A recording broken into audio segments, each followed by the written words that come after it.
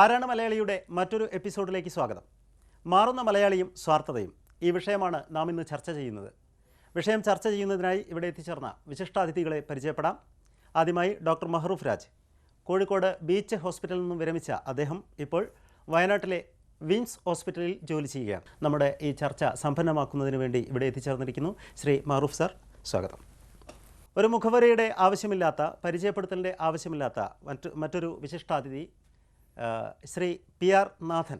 അദ്ദേഹം മലയാള സാഹിത്യത്തിലെ പ്രശസ്തനായ ഒരു സാഹിത്യകാരൻ. അദ്ദേഹത്തെ ഈ ചർച്ചയിലേക്ക് സ്വാഗതം ചെയ്യുന്നു. Insight total solution managing director Shri V C Muhammad.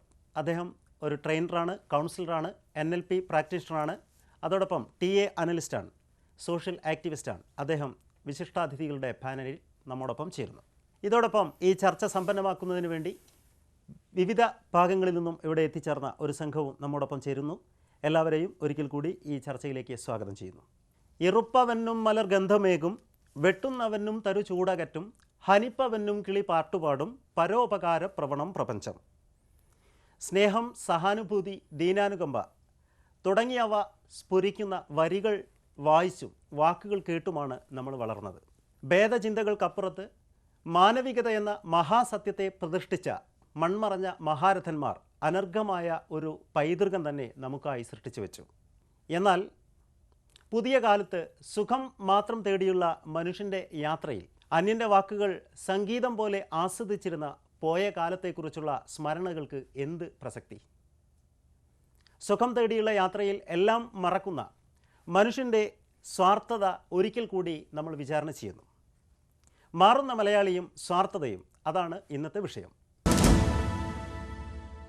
മാറുന്ന മലയാളിയും സ്വാർത്ഥതയും എന്ന് പറയുമ്പോൾ ഒരുപാട് വിപുലമായ ഒരു മണ്ഡലം അല്ലെങ്കിൽ ഒരു ചർച്ച മേഖലയാണ്. മനുഷ്യൻ്റെ സ്വാർത്ഥത എന്ന ആ ഒരു തലത്തിലേക്ക് ഒന്നുകൂടി ഒതുങ്ങി നിന്നുകൊണ്ട് അല്ലെങ്കിൽ അതിൽ നിന്നുകൊണ്ട് ഈ ചർച്ച തുടങ്ങുമ്പോൾ അതിനൊരു ആമുഖം എന്ന നിലയിൽ ആ ഒരു വിഷയത്തിൻ്റെ പ്രസക്തി എന്താണ് എന്നതിനെക്കുറിച്ച് താങ്കൾ എങ്ങനെയാണ് പറഞ്ഞു തുടങ്ങുക? തീർച്ചയായിട്ടും ഇത് ചർച്ച ചെയ്യപ്പെടേണ്ട ഒരു വിഷയം തന്നെയാണ്. കാരണം മനുഷ്യരായ നമ്മളൊക്കെ സ്വാസ്ഥ്യവും സമാധാനവും സന്തോഷവും ആഗ്രഹിക്കുന്നവരാണ്.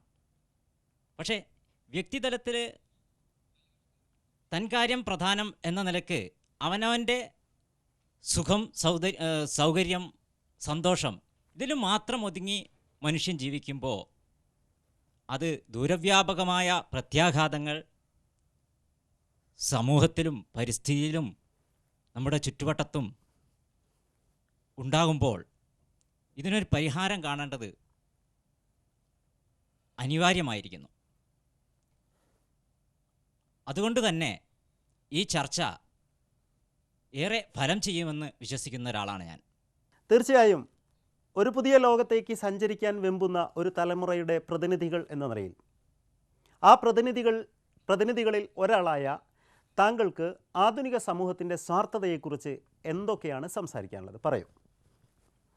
സ്നേഹം കേട്ടു വളർന്ന മലയാളി ഇന്ന് കാലം മാറുന്നതിനനുസരിച്ച് അവൻ്റെ ജീവിത രീതികൾ ഒരു സാമൂഹ്യ ജീവിയായ മനുഷ്യൻ എന്നതിലുപരി അവൻ സ്വയം നന്മയ്ക്ക് വേണ്ടി മാത്രം പ്രവർത്തിക്കുന്ന ഒരു ജീവിയായി ഒതുങ്ങിക്കൂടുന്ന കാഴ്ചയാണ് നാം ഈ അടുത്ത കാലത്ത് കണ്ടുവരുന്നത്.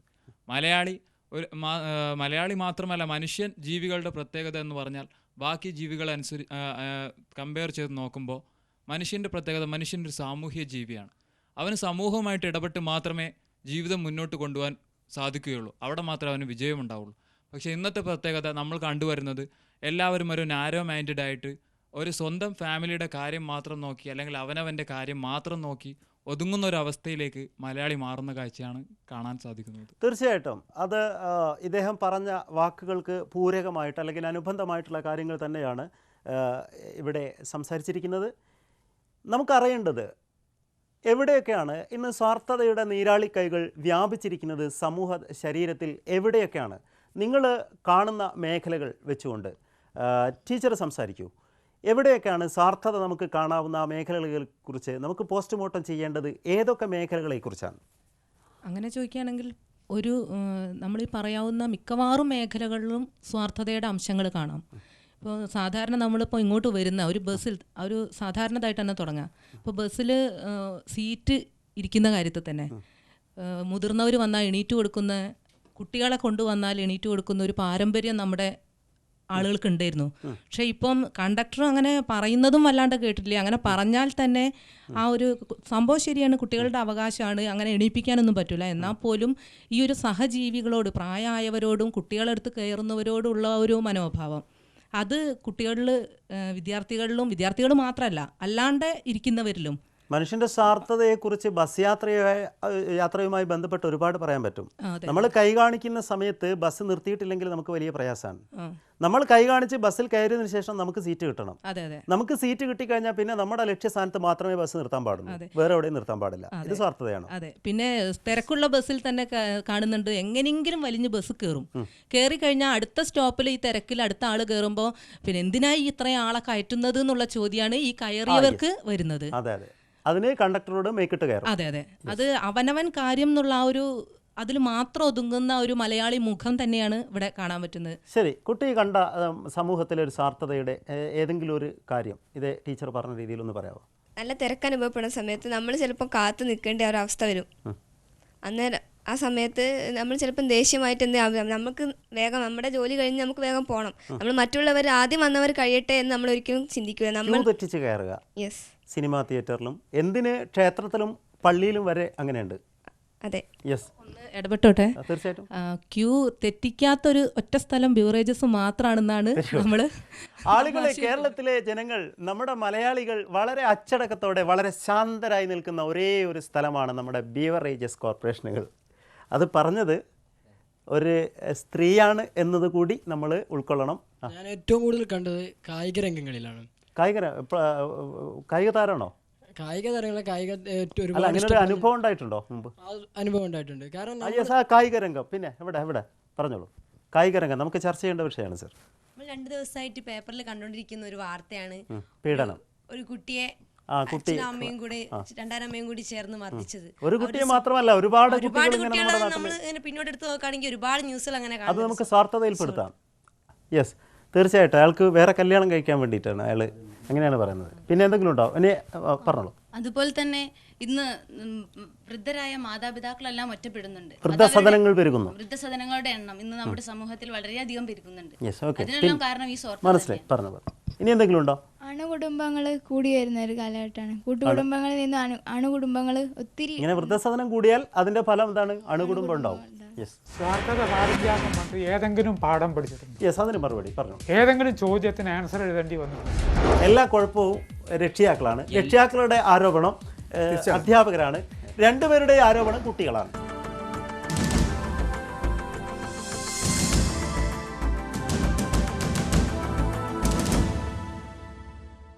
ഇവിടെ സമൂഹത്തിൽ നടമാടുന്ന സ്വാർത്ഥതയുടെ വിവിധ തലങ്ങളെക്കുറിച്ചുള്ള ഒരു പോസ്റ്റ്മോർട്ടം നടന്നിട്ടില്ല. ചില സൂചനകളാണ് ഇവിടെ തന്നിരിക്കുന്നത്.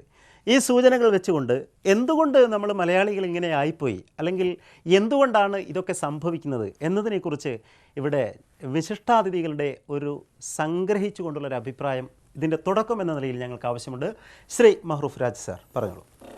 ഈ കുട്ടികളെല്ലാം പറഞ്ഞത് വളരെയധികം അവരൊക്കെ സമൂഹത്തിലേക്ക് കണ്ണും കാതും തുറന്നിരിക്കുന്നു എന്നുള്ളതിൻ്റെ ഒരു സൂചന എടുക്കുകയാണ്. പ്രത്യേകിച്ച് അതിലൊരു സഹോദരി പറഞ്ഞത് മറ്റേ അണുകുടുംബങ്ങളുടെ ആവിർഭാവം എന്ന് പറഞ്ഞല്ലോ. അപ്പോൾ ഈ കൂട്ടുകുടുംബം ഒരു സമൂഹം, ഈ കുടുംബ സമൂഹത്തിൻ്റെ ചെറിയൊരു പരിച്ഛേദമാണ്. അതിൽ കൂട്ടുകുടുംബം പ്രത്യേകിച്ചും ധാരാളം ആളുകൾ ഒരേ സമയത്ത് കുറേ ഇല്ലായ്മകളും വല്ലായ്മകളും പോരായ്മകളും പങ്കുവെച്ചുകൊണ്ട് ഒരു പങ്കുവെക്കൽ നടന്നുകൊണ്ട് അവിടുന്ന് വളർന്നു വരുന്ന കുട്ടികൾക്ക് ഈ പങ്കുവെക്കലും പരസ്പരം ഷെയർ ചെയ്യലും ഈ ദുഃഖമായാലും സന്തോഷമായാലും അത് പങ്കുവെക്കുന്ന ഒരു പാഠങ്ങൾ ലഭിച്ചിരുന്നു. അപ്പോൾ അവിടെ അങ്ങനെയുള്ള കൂട്ടുകുടുംബ ഒരു പരിസരത്ത് ഈ സ്വാർത്ഥത വളർന്ന് പന്തലിക്കുവാനുള്ള സാധ്യതകൾ തുലം കുറവായിരുന്നു. ഷെയറിങ് കുറവാണ്. നേരെ മറിച്ച് അണുകുടുംബത്തിലേക്ക് വന്നപ്പോൾ അവിടെ ഞാനും എൻ്റെ ഈ മമത്വം വന്നു. ഇത് എൻ്റേത് മാത്രമെന്നുള്ള, ഞാൻ എൻ്റെ ഭാര്യ, എൻ്റെ പട്ടി, എൻ്റെ പൂച്ച, അതിൻ്റെ ഒരു ഫോളോ ഔട്ടാണ്. അതിൻ്റെ ഒരു അനുരണനം അല്ലെങ്കിൽ പ്രത്യാഘാതങ്ങളിൽപ്പെട്ടതാണ് നേരത്തെ പറഞ്ഞ ഈ എല്ലാ സംഗതികളും, ഈ ഓൾഡ് ഏജ് ഹോംസ്, വൃദ്ധസാധനങ്ങളെല്ലാം തന്നെ. അപ്പം മലയാളി എന്ന് പറയുന്നത് ഈ കൂട്ടുകുടുംബത്തിൽ നിന്ന് അണുകുടുംബത്തിലേക്കുള്ള തന്നെ തീർത്ഥയാത്ര പൂർത്തിയാക്കിയിട്ടുള്ള ഒരു ആഗോള ജീവിയാണ്. പ്രത്യേകിച്ച് മലയാളിക്ക് സ്വന്തം ഭാഷ, സംസ്കാരം, മണ്ണൊക്കെ നഷ്ടപ്പെട്ടുകൊണ്ടിരിക്കുന്ന കാലഘട്ടം കൂടിയാണ്. അപ്പോൾ അയാൾക്ക് നഷ്ടപ്പെടാൻ ഒന്നും ബാക്കിയില്ല. അതുകൊണ്ട് ഇനി ആകെ വെട്ടിപ്പിടിക്കാൻ മാത്രമേ ഉള്ളൂ.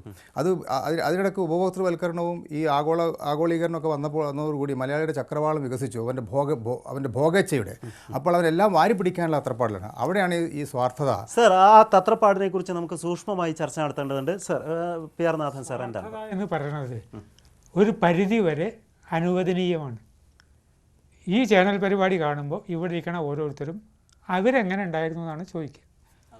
ഒരാൾക്കൂട്ടം കുറേ പേര് ഗ്രൂപ്പായിട്ട് പാടിയാൽ അതിലത്തെ ഒരാൾ വരെ എൻ്റെ സ്വരം വേറിട്ട് കേട്ടോ എന്നാണ് ചോദിക്കുക.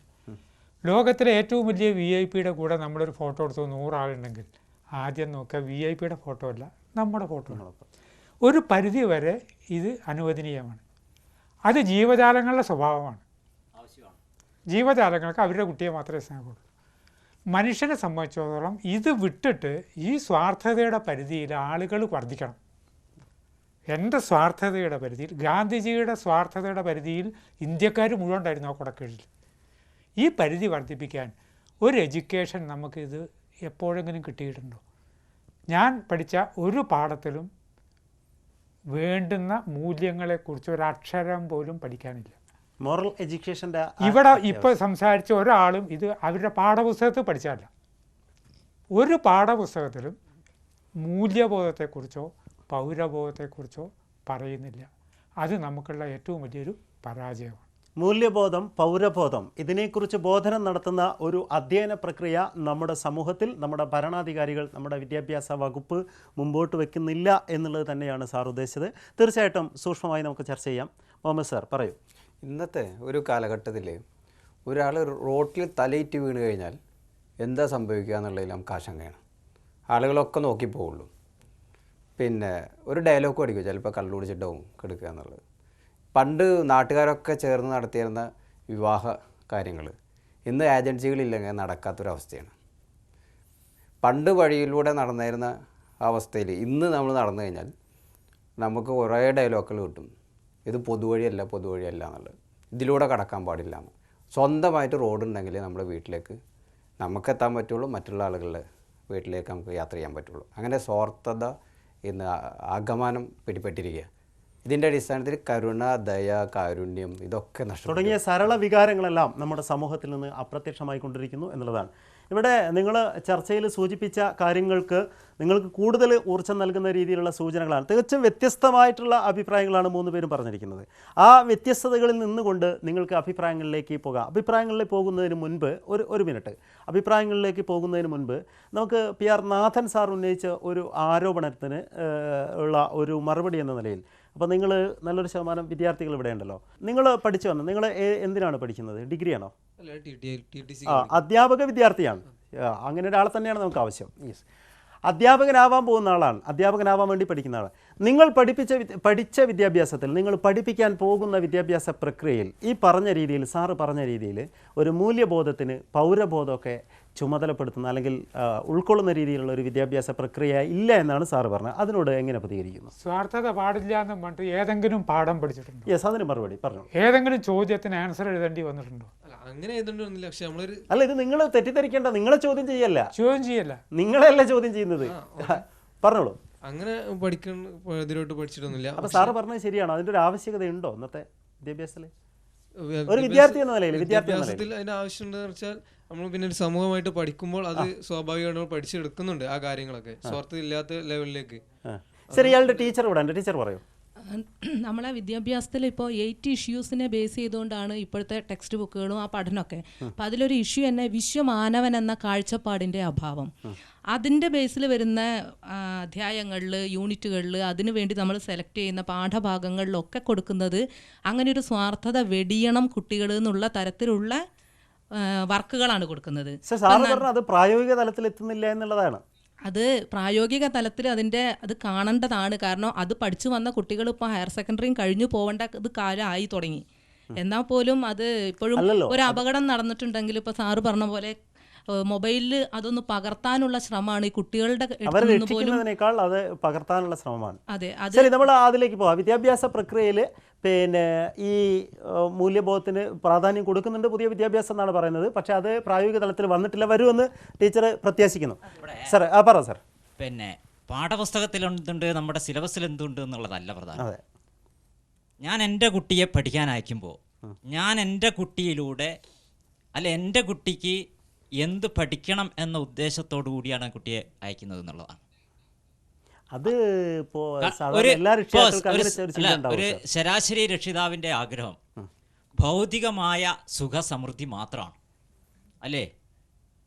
അത് മാത്രമാണ്. ഇത് നമ്മൾ ഇപ്പോൾ ടീച്ചർ പറഞ്ഞ ഈ പ്രശ്ന മേഖലകളുടെ അടിസ്ഥാനത്തിൽ നമ്മൾ ക്ലാസ്സിൽ ചർച്ചകളും പ്രവർത്തനങ്ങളൊക്കെ രൂപപ്പെടുത്തുന്നുണ്ടെങ്കിലും 10ാം ക്ലാസ് +2 തലത്തിലെത്തുമ്പോഴേക്ക് തുടങ്ങി ട്യൂഷൻ.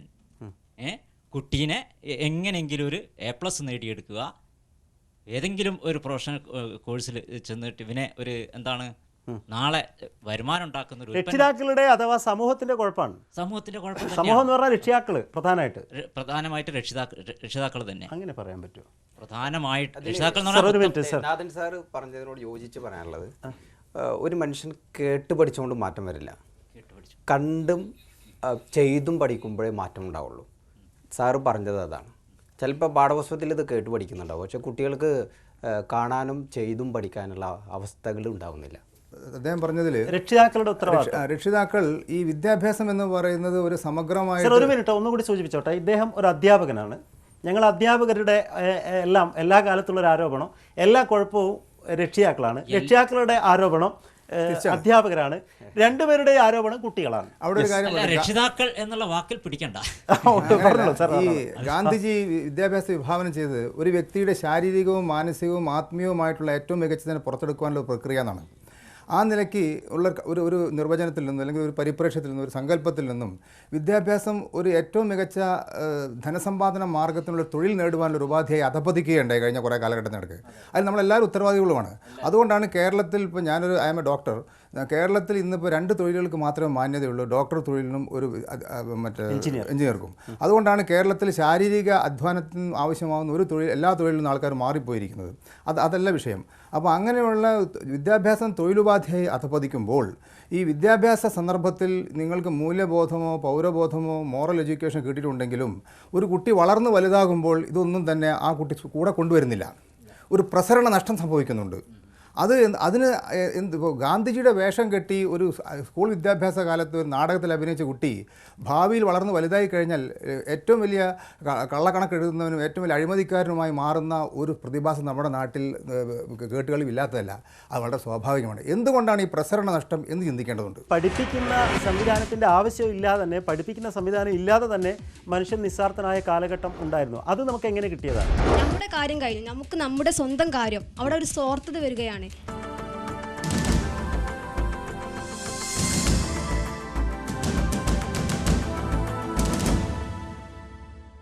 എന്താണ് താങ്കൾക്ക് എന്താണ് പറയാനുള്ളത്? പണത്തിന് വേണ്ടി, അതിന്റെ പേരിലാണ് മനുഷ്യൻ ഏറ്റവും കൂടുതൽ സ്വാർത്ഥനാവുന്നത് ആണോ? പണത്തിന് വേണ്ടിയാണ് സ്വാർത്ഥനാവുന്നത്. അതിന്റെ ഭാഗമായിട്ടാണ് ഈ സ്വാർത്ഥത വരുന്നത്. എന്ന് വെച്ചാൽ മൂല്യങ്ങൾ ഇവിടെ പഠിപ്പിക്കാതെ ഇല്ല, മൂല്യങ്ങൾ പഠിപ്പിച്ചുകൊണ്ടേയിരിക്കുന്നുണ്ട്, പക്ഷെ ആളുകൾ അത് ഉൾക്കൊള്ളുന്നില്ല. ഇപ്പോൾ ഈ പുതിയ സമൂഹത്തിൽ അപ്പോൾ പഠിപ്പിക്കുന്നതിനാണോ പ്രശ്നം, പഠിച്ച രീതിയാണോ പഠിപ്പിക്കുന്നതിനാണോ? പഠിപ്പിച്ച രീതിയിൽ ആളുകൾ അതിന് ഉൾക്കൊള്ളാൻ തയ്യാറാകുന്നില്ല. പഠിപ്പിക്കുന്ന സംവിധാനത്തിനാണോ പ്രശ്നം, അതായത് പഠിക്കുന്ന ആളുകൾക്കാണോ പ്രശ്നം? അല്ല, പഠിക്കുന്ന സംവിധാനത്തിനാണ്.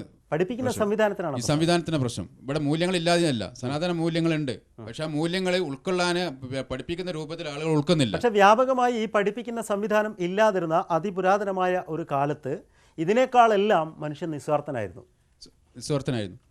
അപ്പോൾ ഈ പഠിപ്പിക്കുന്ന സംവിധാനത്തിൻ്റെ ആവശ്യമില്ലാതെ തന്നെ, പഠിപ്പിക്കുന്ന സംവിധാനം ഇല്ലാതെ തന്നെ മനുഷ്യൻ നിസ്വാർത്ഥനായ കാലഘട്ടം ഉണ്ടായിരുന്നു. അത് നമുക്ക് എങ്ങനെ കിട്ടിയതാണ് ആ നിസ്വാർത്ഥത?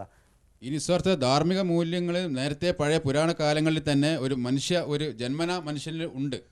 ഒരു നന്മയും തിന്മയും ഉണ്ട്. ആ നന്മയുടെ പോസിറ്റീവായിട്ട് നമ്മളെപ്പോഴും കൈകാര്യം ചെയ്യുക എന്നുള്ള എവിടെ രൂപത്തിലേക്കാണ്. വെച്ചാണ് മുറിഞ്ഞു പോകുന്നത്? പറയൂ. ഒരു കുട്ടി ജനിക്കുമ്പോൾ തന്നെ അവനക്ക് സ്വാർത്ഥതയുണ്ട്. ആര് ജനിക്കുമ്പോൾ ഒരു സ്വാർത്ഥതയുണ്ട്. പക്ഷെ അത് സാഹചര്യം മുഖേന അത് വലുതായി വരികയാണ്. അപ്പോൾ ഉദാഹരണത്തിന് പറയുകയാണെങ്കിൽ മിസ് പറഞ്ഞ പോലെ ബസ്സിൽ ഇത് പറഞ്ഞു. അപ്പോൾ ആ കുട്ടി അതിലേക്ക് കയറുമ്പോൾ അവനക്ക് കയറണം. അതൊരു സ്വാർത്ഥത. കയറി പിന്നെ മറ്റുള്ളവരെ കയറ്റരുത്. നമ്മുടെ കാര്യം കഴിഞ്ഞു, നമുക്ക് നമ്മുടെ സ്വന്തം കാര്യം. അവിടെ ഒരു സ്വാർത്ഥത വരികയാണ്.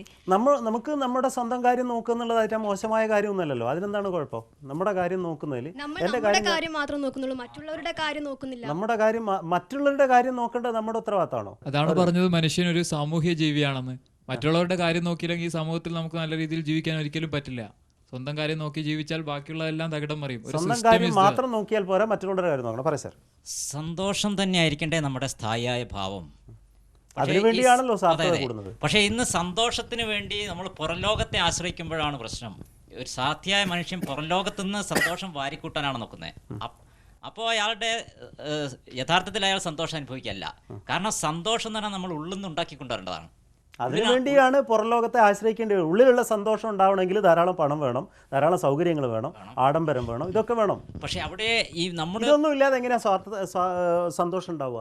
സന്തോഷം തീർച്ചയായിട്ടും ഒരു വ്യക്തിക്ക് മാത്രം ഉണ്ടാക്കിയെടുക്കാൻ കഴിയുന്നതല്ല സന്തോഷം, യഥാർത്ഥ സന്തോഷം. കാരണം മനുഷ്യനൊരു സാമൂഹ്യ ജീവിയാണ്, ഈ പ്രകൃതിയുടെ ഭാഗമാണ്, ഈ പരിസ്ഥിതിയുടെ ഭാഗമാണ്. അപ്പോൾ ഈ പ്രകൃതിയും മനുഷ്യനും പരിസ്ഥിതിയും മനുഷ്യനും അതെ മനുഷ്യനും ഒരു പാരസ്പര്യത്തിലൂടെ മാത്രമേ നമുക്ക് ആ പാരസ്പര്യത്തിന്റെ തകർച്ചയാണ്. ആ പാരസ്പര്യത്തിന്റെ തകർച്ച ഈ സ്വാർത്ഥത തന്നെയാണ് പാരസ്പര്യത്തിന്റെ തകർച്ച. സ്വാർത്ഥത കൊണ്ട് കൂടിയാണ് ആ പാരസ്പര്യം തകർന്നു പോയത്. ഇതിനും പരസ്പരം ബന്ധമുണ്ട്. ടീച്ചർ പറയാം, എന്താ പറയുക? ത്യാഗത്തിലൂടെ സന്തോഷം നമുക്ക് കണ്ടെത്താൻ പറ്റും. നമ്മളൊരാളെ സ്നേഹിക്കുന്നുണ്ടെങ്കിൽ അയാൾക്ക് വേദനിക്കുമ്പോൾ നമുക്ക് വേദനിക്കും, അയാൾക്ക് സുഖം കിട്ടുമ്പോൾ ആ ഒരു സുഖവും സന്തോഷവും നമുക്ക് കിട്ടും. നമ്മൾ സാഹിത്യത്തിൽ തന്നെ പരിചയമുണ്ട്. മജീദിന് അടി കിട്ടുമ്പം കരയുന്നത് കുഞ്ഞിപ്പാത്തുമ്മയാണ്. ആ ഒരു ഫ്രണ്ട്ലി, ആ ഒരു കൂട്ടുകാരിക്കോ ഉള്ള ആ ഒരു സുഖം, ആ ഒരു സന്തോഷം ഇന്നത്തെ തലമുറ അനുഭവിച്ചറിയുന്നില്ല എന്ന് തന്നെയാണ് എനിക്ക് തോന്നുന്നത്. ഇത് പ്രതിഫലിപ്പിക്കുന്ന സാഹിത്യത്തിൻ്റെ ഒരു അപര്യാപ്തത എന്നുണ്ടോ? പണ്ട് NV കൃഷ്ണവാര്യർ അടിമയ്ക്ക് അടി കിട്ടുന്ന സമയത്ത്, ചാട്ടവാറ് കൊണ്ട് അടി കിട്ടുന്ന സമയത്ത് എൻ്റെ പുറം നോവുന്നു എന്ന് പറഞ്ഞു. നമ്മുടെ സാഹിത്യകാരന്മാർ, ഒരു പ്രശസ്തരായ സാഹിത്യകാരൻ നമ്മുടെ മുമ്പിലുണ്ട്. സാഹിത്യകാരന്മാർക്ക് ഈ ഒരു പ്രതിബദ്ധത, ഇതൊക്കെ ഉണ്ടാക്കുന്ന, ഈ നന്മകളൊക്കെ ഉണ്ടാക്കുന്നതിനുള്ള ഒരു പ്രതിബദ്ധത സാഹിത്യത്തിൽ നഷ്ടപ്പെട്ടിട്ടുണ്ടെന്ന് തന്നെ. ഇപ്പം ഈയിടെ ഒരു പുസ്തകം വായിച്ചു, മനുഷ്യനൊരാമുഖം, സുഭാഷ് ചന്ദ്രൻ്റെ. അതിൽ എഴുത്തുകാരൻ പങ്കുവയ്ക്കുന്ന പ്രധാനമായിട്ടുള്ള ആശങ്ക തന്നെ മഹാന്മാർ, മുൻപത്തെ കാലത്ത് ആളുകളെ നയിച്ചിരുന്ന ആളുകൾ, ഇതുപോലെയുള്ള മുൻനിരയിൽ നിൽക്കേണ്ട ആളുകളുടെ അഭാവം ഇന്നത്തെ സമൂഹത്തിൽ ഉണ്ട് എന്നുള്ളത് തന്നെയാണ്. ഇപ്പോൾ സിനിമയിലായാലും സിനിമ, ന്യൂ ജനറേഷൻ സിനിമകൾ നമുക്ക് കണ്ടാൽ അറിയാം. ഇപ്പോൾ പരസ്ത്രീ ബന്ധങ്ങൾ, അതുപോലുള്ള കാര്യങ്ങൾ, എനിക്ക് ഭാര്യയെ സ്നേഹിക്കാൻ പഠിക്കണം എന്ന് പറയുമ്പോഴും ഭാര്യയെ സ്നേഹിക്കുന്നതിൽ തെറ്റല്ലാന്ന് വരുത്തുന്ന തരത്തിലുള്ള സിനിമ. അടുത്ത വീട്ടിലെ ഭാര്യയെ സ്നേഹിക്കുന്നത് തെറ്റല്ല. അത്തരത്തിലുള്ള ഒരു വീക്ഷണം ആളുകൾക്ക് കിട്ടുന്ന തരത്തിലാണ് നമ്മുടെ ജനറേഷന്റെ പോക്ക് തന്നെയാണ്. ഏറെ സമയമെടുത്ത് ചർച്ച ചെയ്താലും ഈ ചർച്ച അവസാനിക്കുകയില്ല എന്ന് നമുക്കറിയാം. തീർച്ചയായും ഇതിൻ്റെ അടുത്ത ഭാഗങ്ങളിലേക്ക് പോവേണ്ടതുണ്ട്.